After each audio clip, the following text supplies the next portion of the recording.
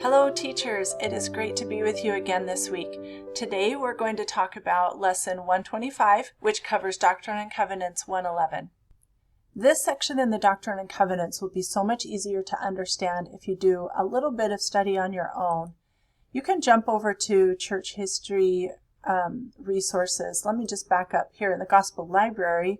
Go to church history, then Doctrine and Covenants study, Revelations in context, and then you can scroll down until you get to, let's see here, more treasures than one.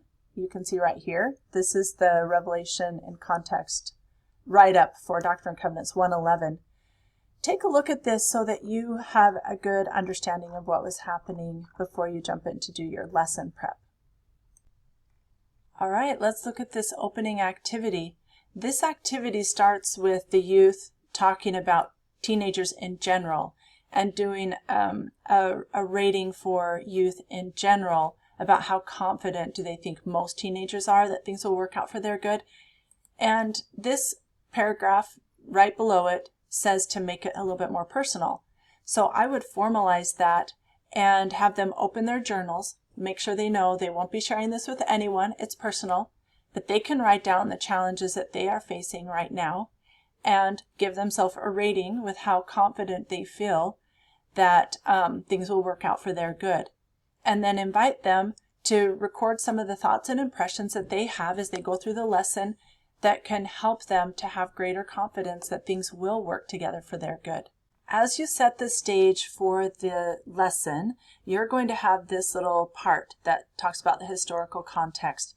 Now, I think this part when it says the church was deep in debt, it might be a little bit tricky for our students to understand what exactly that means or why they were so in debt.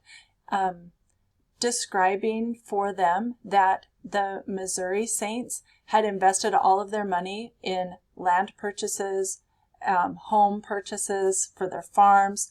All of their money was tied up in those things, and they were continuing to pay on that even when they were sent out of Jackson County. They still had to make payments on that. They were held financially responsible, even though they weren't allowed to come back into the county to live in their homes or to harvest their crops. So they did not have money to go and set up somewhere else. And then the saints who were in Ohio had just built the temple, so they didn't have a lot of cash either. So this is the situation they were in when we start reading Doctrine and Covenants 111. Have you ever played Two Truths and a Lie? I think you could use this type of activity right here in this section, notwithstanding your follies. Have the students work with a partner or with just in a small group of 3 and give each of them one of these sections with these couple of verses, and they'll answer these questions. What questions do you have about these verses? And then what truths can you learn about God? But instead of setting it up like this, 2 truths and a lie would be 2 questions and a truth. So 2 questions they have about the verses and 1 truth that they learn about God from these verses. Let me share a quick idea that can support this activity in the classroom.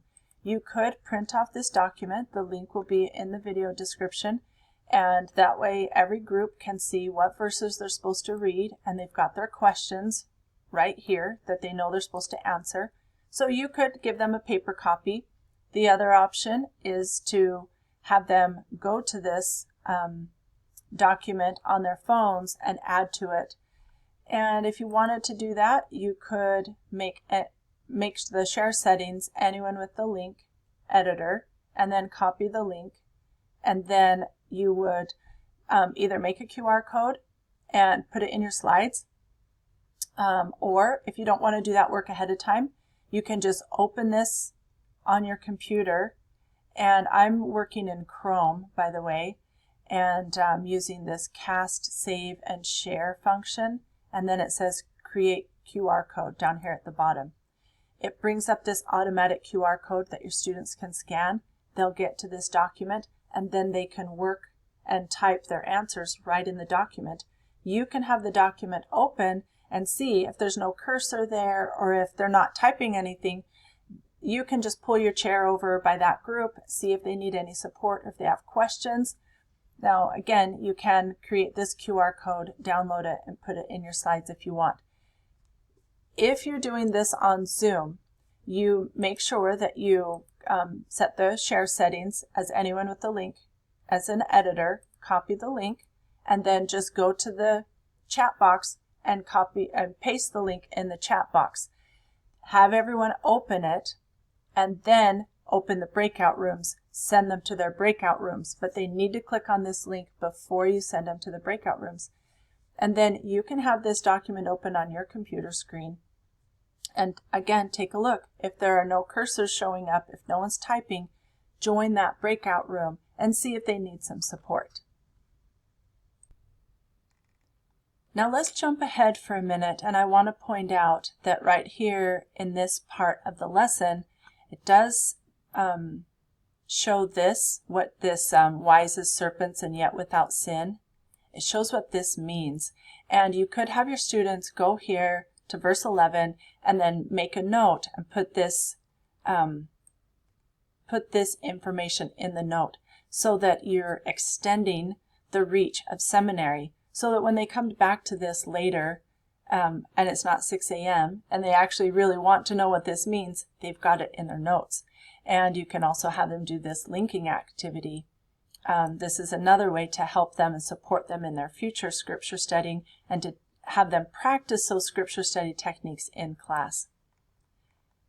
Okay, let's jump down now to this final journaling activity.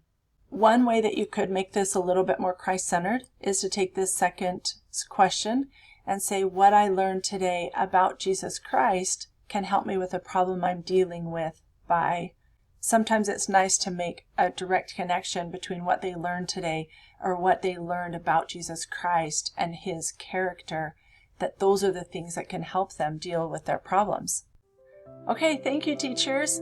Good luck with this lesson. All the links that you need are in the video description. Have a great week.